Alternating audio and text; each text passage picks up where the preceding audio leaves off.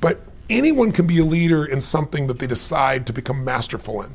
You can be the leader of your own life. Everyone should lead their own life. You should be the leader of your family.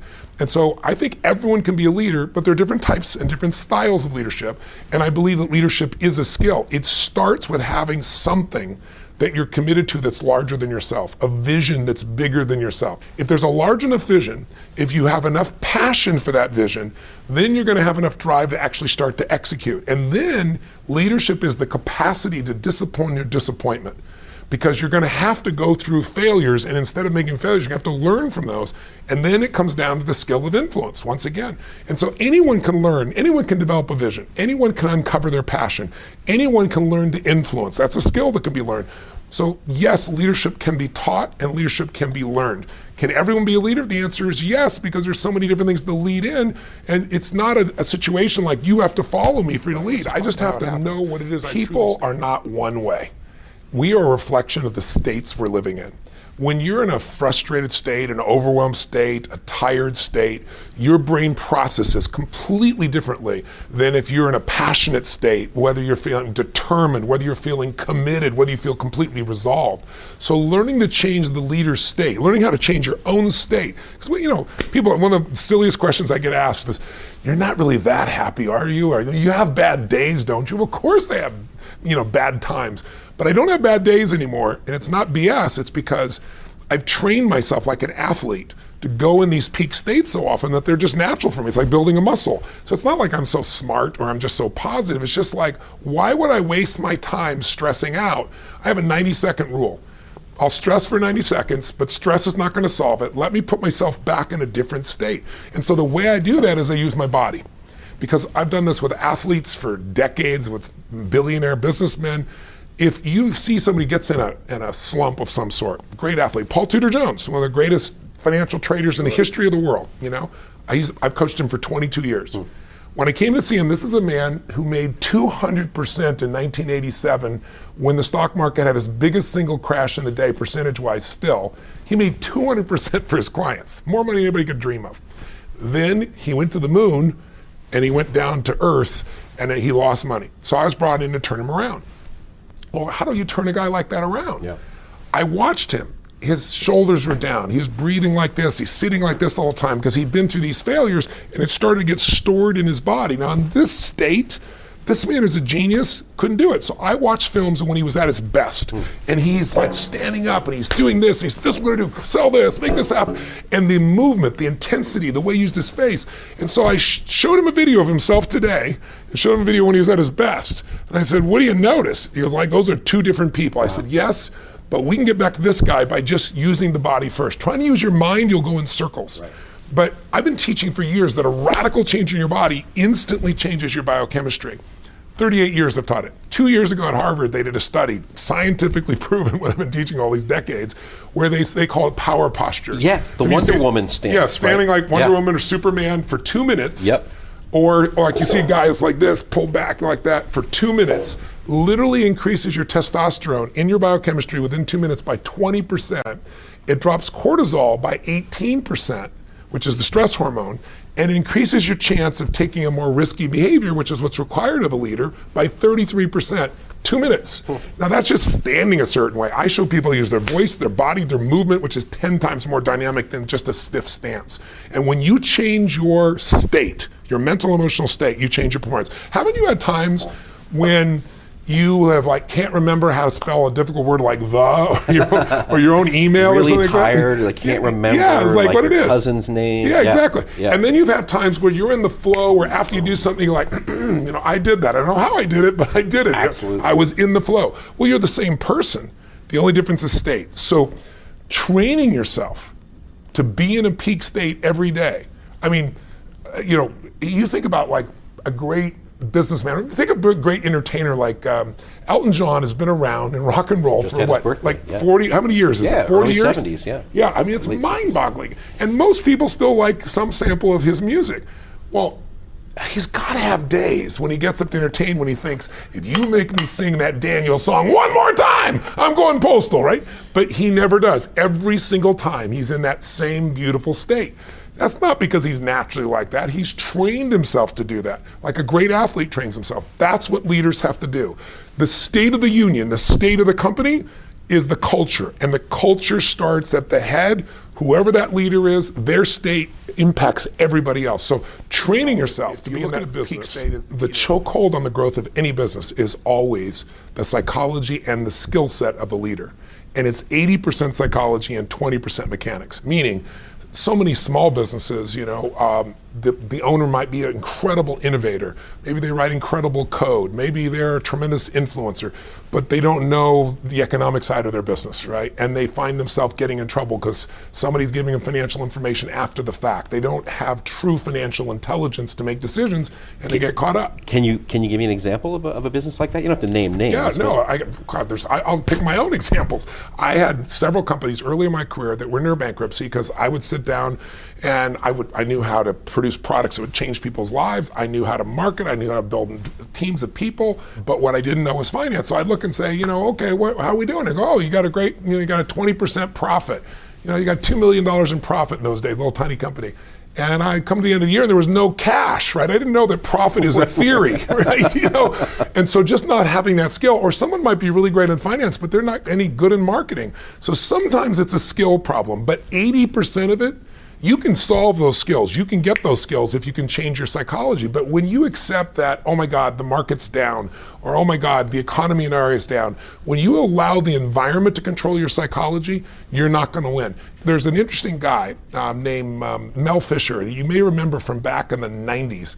He was, if the name lingers in your mind, he was a guy that spent, I think it was 27 years, if I remember correctly, looking for this Spanish galleon that was supposed to be filled with gold. You remember that? Of course. And he found it after 27 years. Now here's my question for you, Jim. Yeah.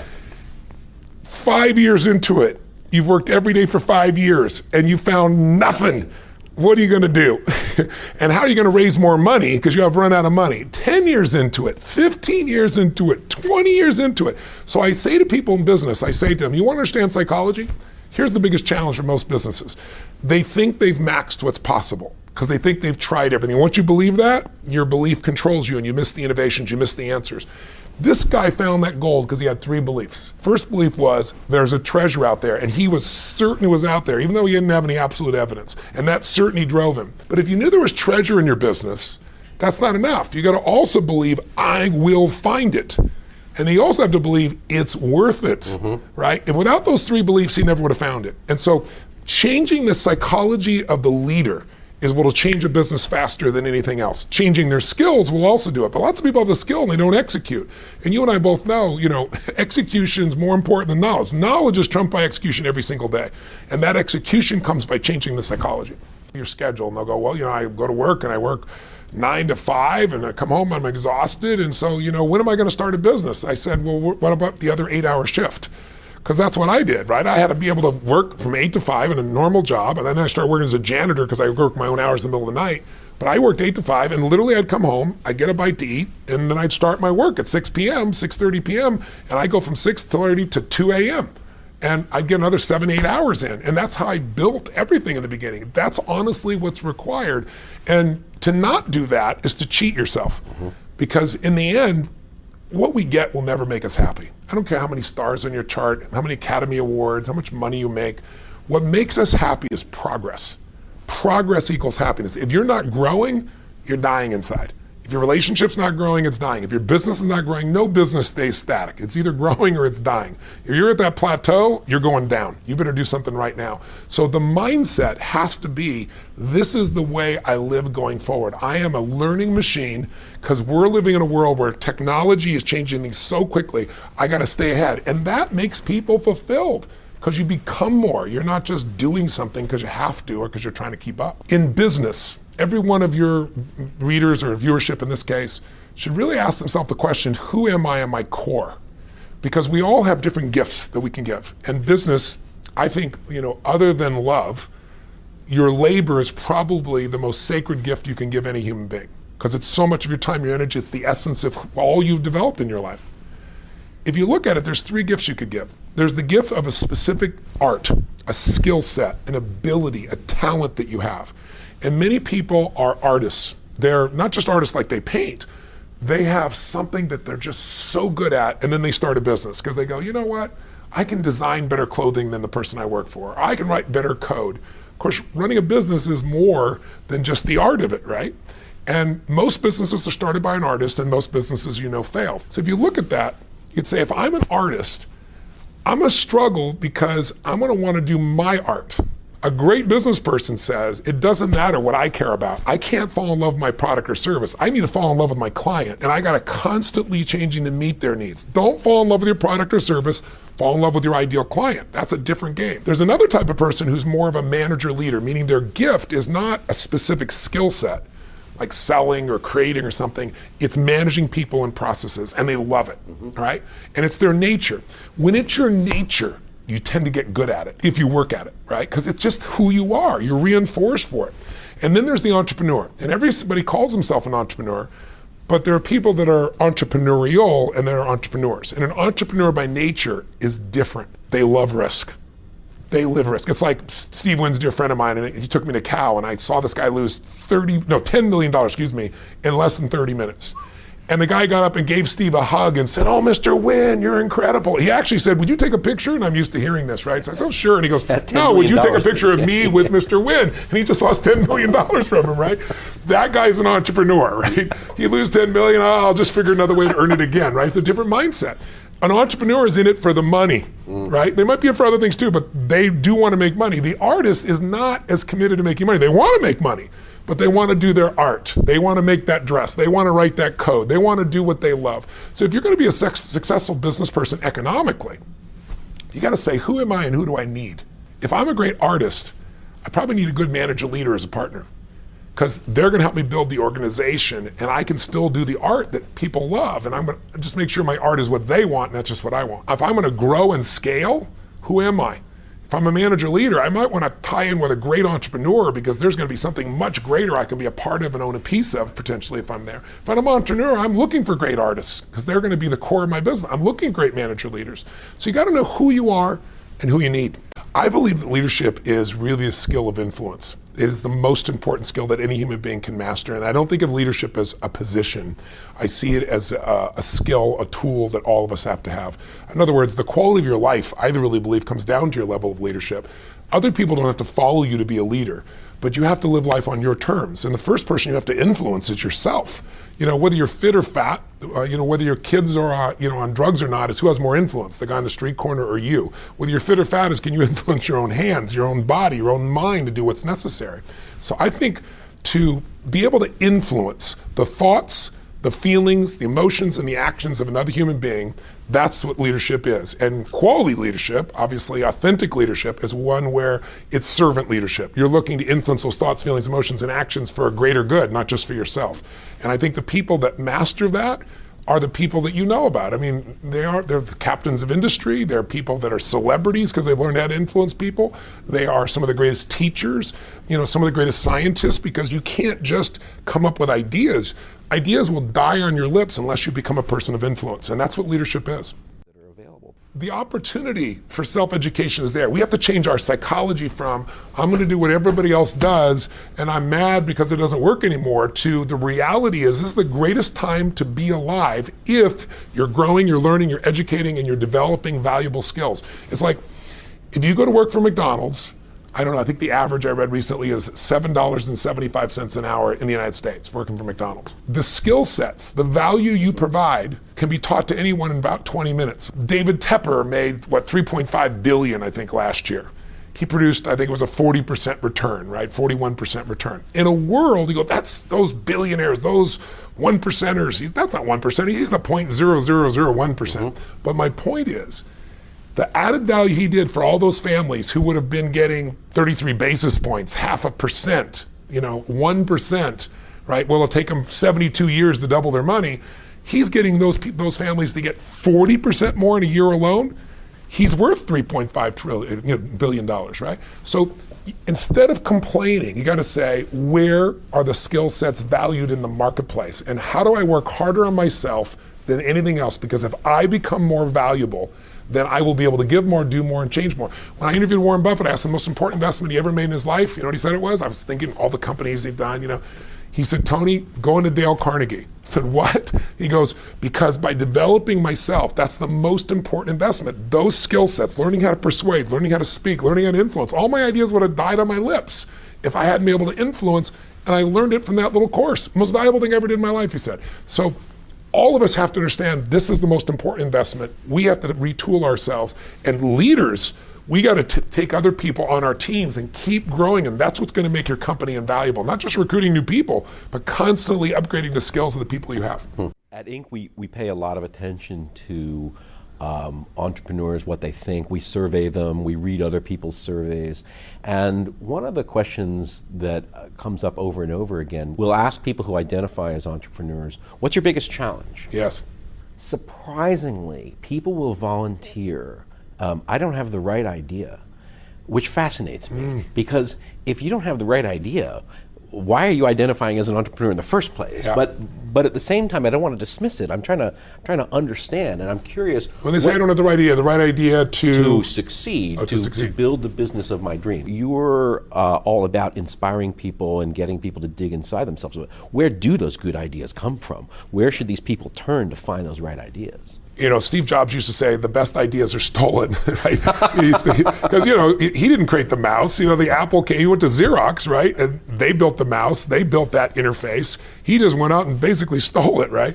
I would say, you know, Starbucks was modeled, right? Churchill's overseas, he sees this incredible situation in Italy and says, wow, this could translate so well. Let's take this back here to Seattle. You don't have to be the originator of an idea. You can see a model that works and just execute better than someone else, or see something that works one place and bring it to where it's not. The idea that you have to be an original thinker, I consider myself to have a lot of original thoughts, but I also believe, holy cow, I stand on the shoulders of so many people that I've learned throughout the years that I've forgotten half of where it's come from because I've read so much, learned so much, interviewed so many people. The ideas come from looking for them, being obsessed to find them, and being clear about what you're looking for. I'm looking for something that's going to change lives in this way, or that I'm really passionate about in this subject, and that I really believe can have a margin. So I think that's one thing. I think the other thing is it's all about creating the right questions. So I tell people, if you want to create innovation in your organization, if you try to do it like once a year rain dance, it never works. You got to train your people in a different way. And the way I do it in all my companies, and the way we've grown so much is, I am always bringing new voices to the table. New voices come up with new conversations, come up with new decisions, new ideas. So I met a multi-billionaire many years ago, now a good friend of mine, very private man, and I asked him the most important aspect of growing his businesses. He said, every single year I bring somebody new to the C-suite, every single year.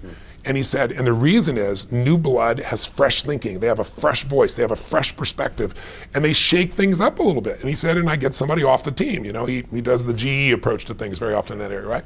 Then the second piece, though, is if you're getting those new voices, you want new conversations, so you need to ask new questions. And, you know, one of the questions I teach businesses to ask is, what business are you in? What business are you really in? And I got that from Mark Benioff because Steve Jobs mentored him. And he shared with him that when he took over Apple after the debacle, right, they were near bankruptcy, the first question he asked everybody is, what business we're in? They all said the computer business. He said, if that's true, we're in deep trouble. Right. In fact, it's not even called Apple Computer anymore. It's not, it's just Apple, right? And what he said is, they worked in it over the years, and at one stage early on, they said, we're in the business of giving people, of connecting people to their passions.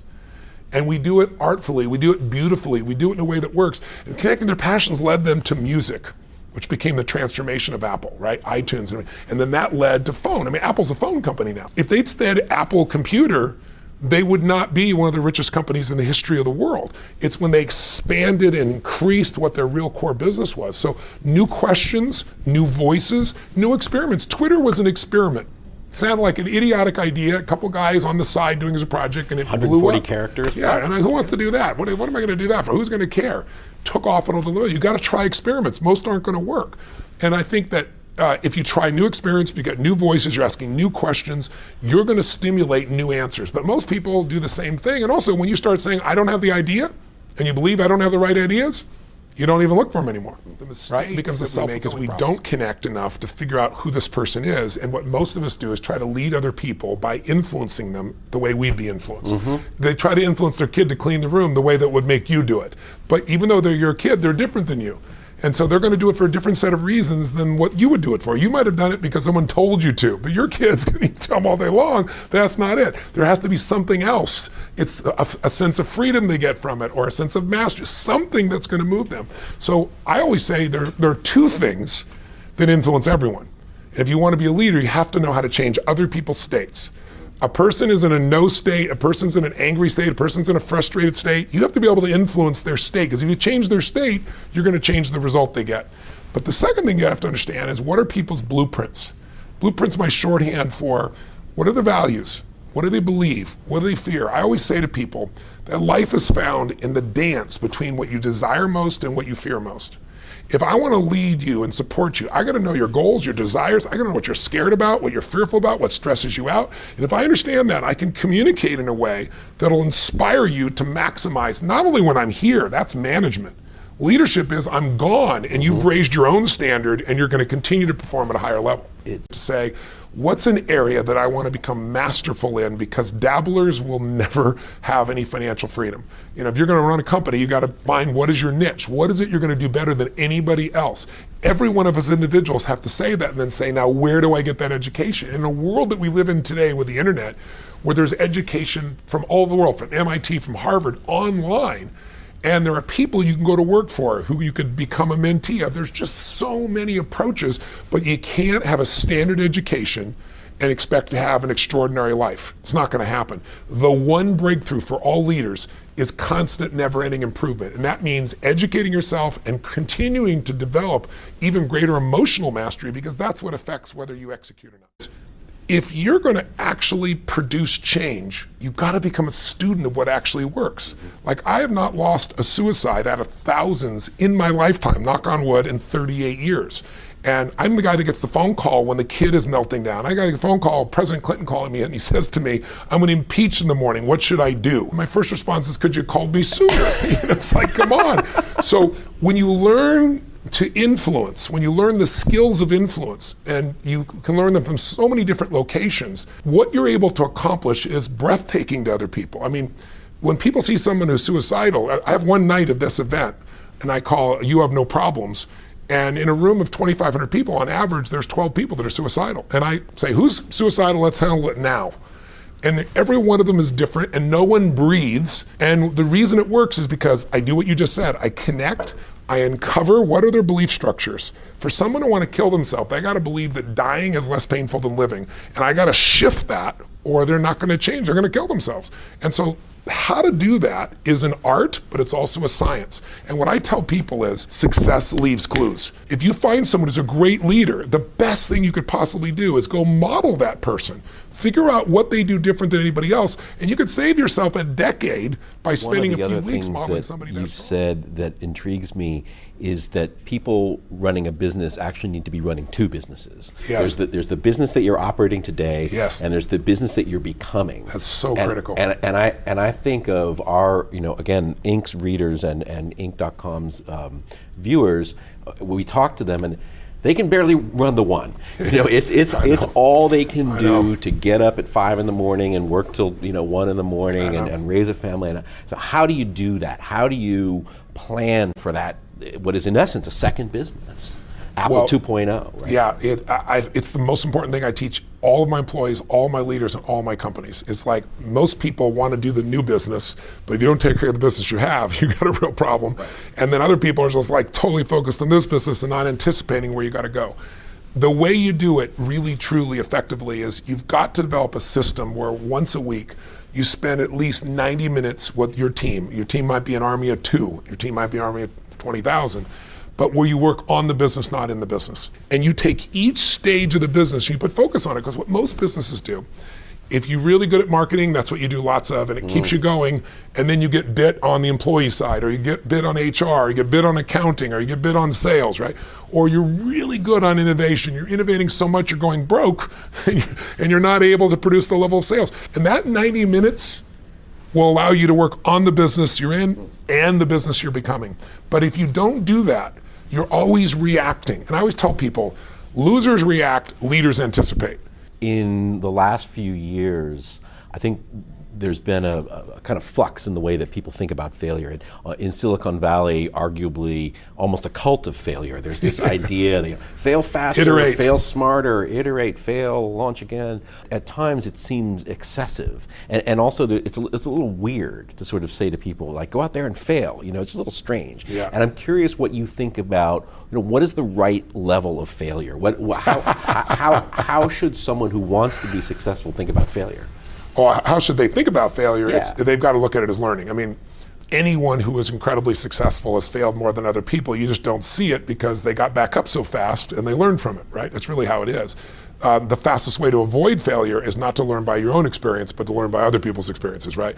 The way I believe in compressing decades into days. And the way you do that is modeling, once again. Finding someone who is the most successful in the world. It's taken them 20, 30 years and digging in and figuring out what is the core essence of what's made them successful. What are the failures they had? What did they learn from them so you can avoid them?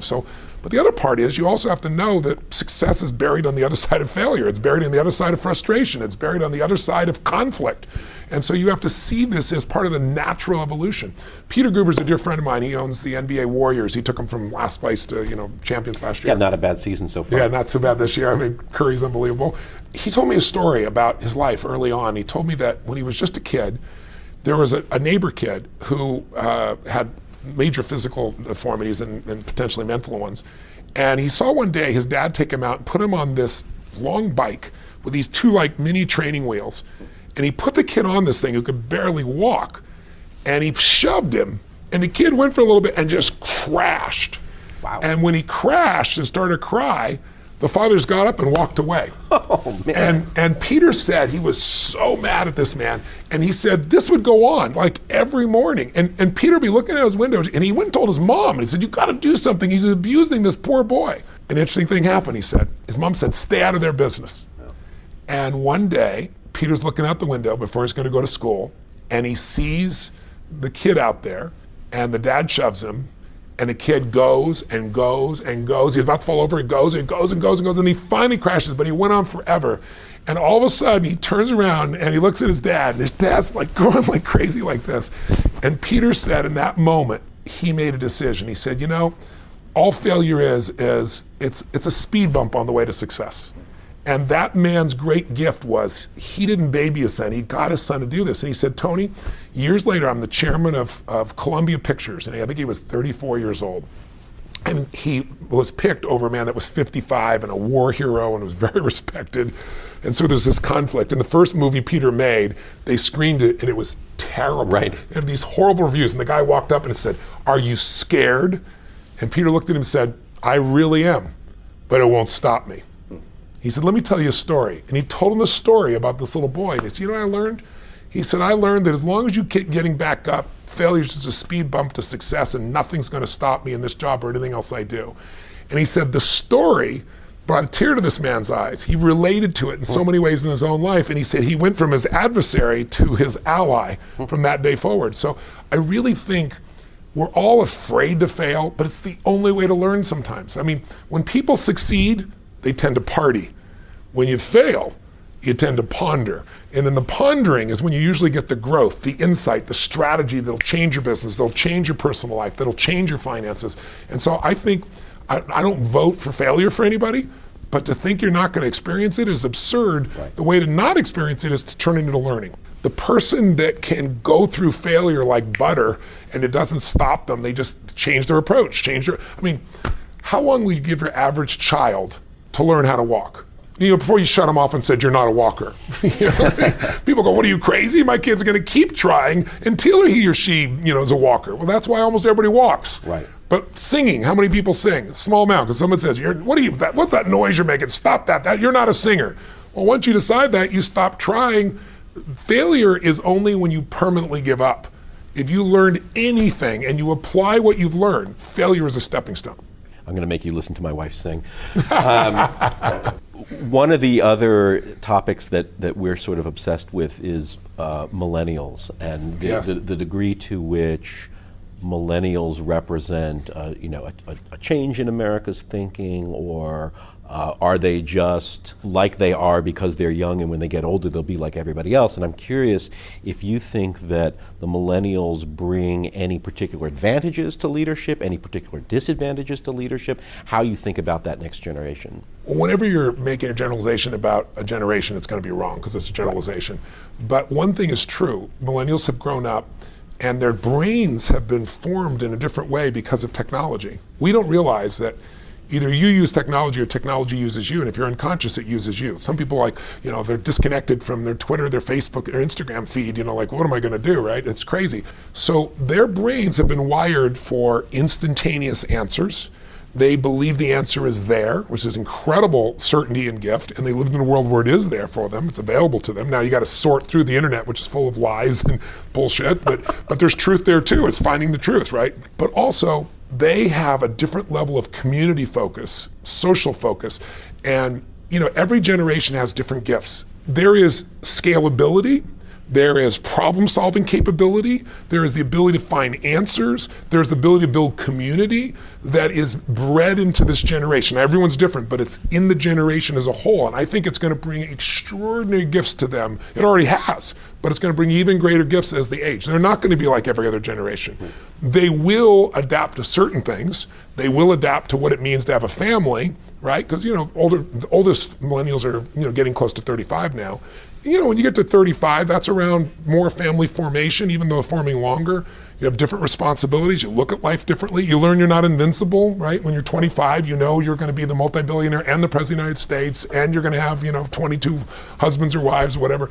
But then you begin to realize, maybe I've got some skills, but I got to do a little more work here. So I think there are going to be some things that are similar, but they're going to bring definitely unique gifts because they grew up in a different time in human history.